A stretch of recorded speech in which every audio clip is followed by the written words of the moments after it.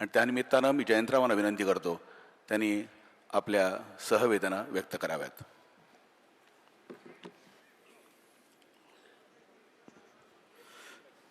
कुठून सुरू करू आणि कुठं थांबू, एवढ्या अनंत आठवणी तुम्हा आम्हा सर्वांच्या मनात आहेत. हिंदीमध्ये एक गाणं आहे सुप्रसिद्ध, दुश्मन ना करे दोस्त ने वो काम किया है, उम्र भर का गम हमें इनाम दिया है. गेले जवळपास 38 वर्ष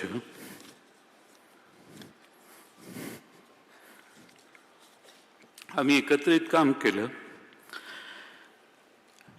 क्लासमेट म्हटलं की 10-12 वर्षाची साथ असते, पण मला आठवते 1991 पासून आम्ही विधानसभेच्या एका वर्गात जवळपास शेजारी शेजारी बसायचो.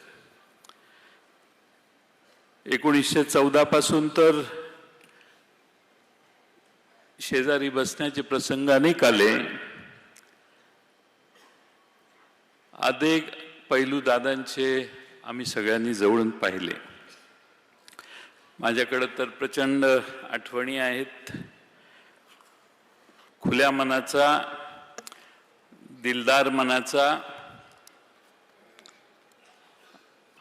आणि विरोध करायचा असेल तर ठामपणाने करणारा नेता म्हणून आम्ही अजितदादांना अनुभवलं.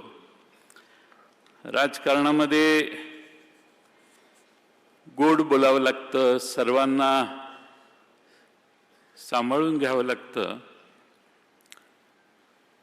असं मी त्यांना नेहमी सांगायचो. ते म्हणायचे गोड बोलायला मला जमत नाही, ते तुमचा मार्ग आहे, मी जे आहे तेच सांगणार.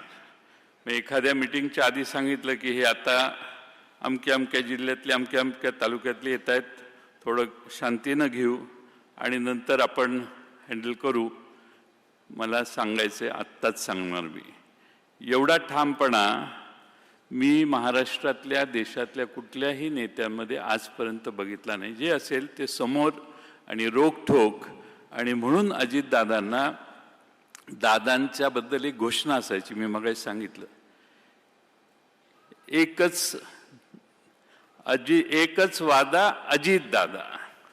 आणि ते खरंच होतं की महाराष्ट्रातल्या सगळीकडं आम्ही जिथे जिथं त्यांच्यावर गेलो, जनतेला ही खात्री असायची आणि म्हणून जनताच घोषणा द्यायची, एकच वादा अजितदादा.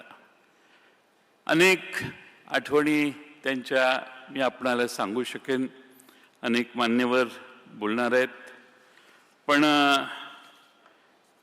माझ्यासारख्या कार्यकर्त्याला वाटतं की अजितदादांचं एक स्वप्न होतं, महाराष्ट्र घडवण्याचं होतं, महाराष्ट्रातलं राजकारण घडवण्याचं होतं. लोकशाही मराठी ऐका, पहा, जागरूक रहा.